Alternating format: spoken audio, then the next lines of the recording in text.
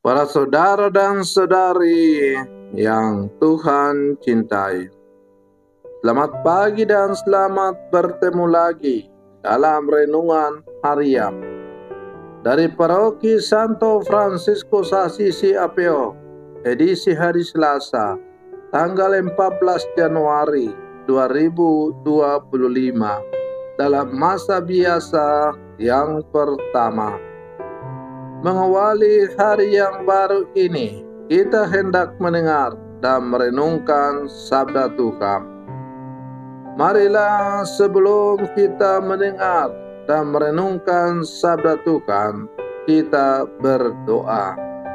Dalam nama Bapa dan Putra dan Roh Kudus. Amin. Allah Bapa yang Maha Baik, Engkau telah menyatakan kuasa-Mu dalam diri Yesus Putramu. Semoga kami senantiasa takjub dan bersujud menyembah Engkau dalam kebenaran melalui setiap tingkah laku kami.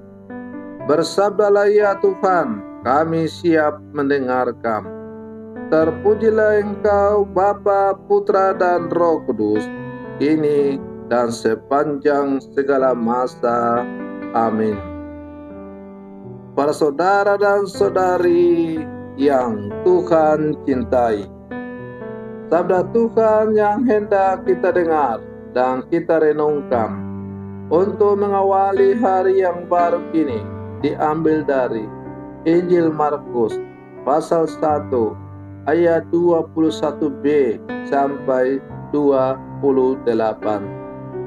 Tuhan bersamamu. Inilah Injil suci menurut Markus. Pada suatu malam Sabat, Yesus masuk ke dalam rumah ibadat di kota Kapernaum dan mengajar di sana. Orang-orang takjub mendengar pengajarannya, sebab ia mengajar mereka sebagai orang yang berkuasa, tidak seperti ahli-ahli Taurat.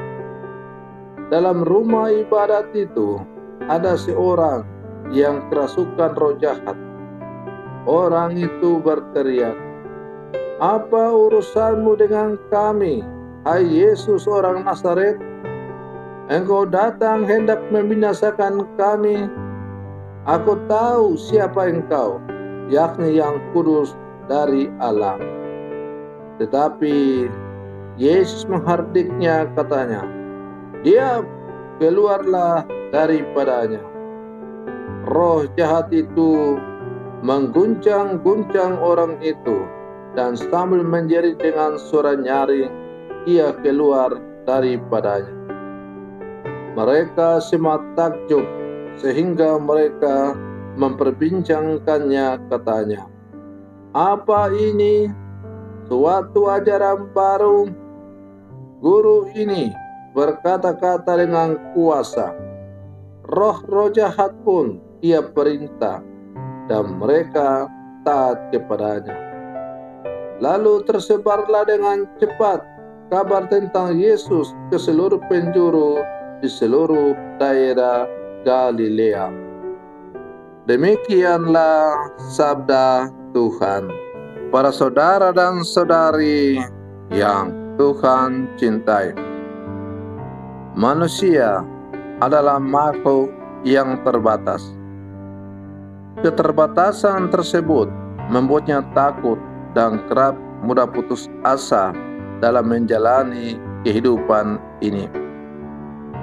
Namun demikian, Tuhan menyatakan dirinya kepada manusia dengan maksud bahwa kuasanya selalu menyertai manusia. Yesus turun ke dunia menjadi manusia yang lahir di kandang domba. Bahkan dia mengambil rupa seorang hamba. Ia memberikan contoh kerendahan hati. Ia harus mengalami penderitaan dan menjalaninya dengan penuh kesabaran. Kehadirannya membuat kita berharga dan mengembalikan nilai-nilai luhur kita yang telah dirusak oleh dosa. sebagai orang yang telah diselamatkan melalui penderitaan Yesus. Sebenarnya kita diberi kemampuan untuk memaknai hidup dalam penderitaan.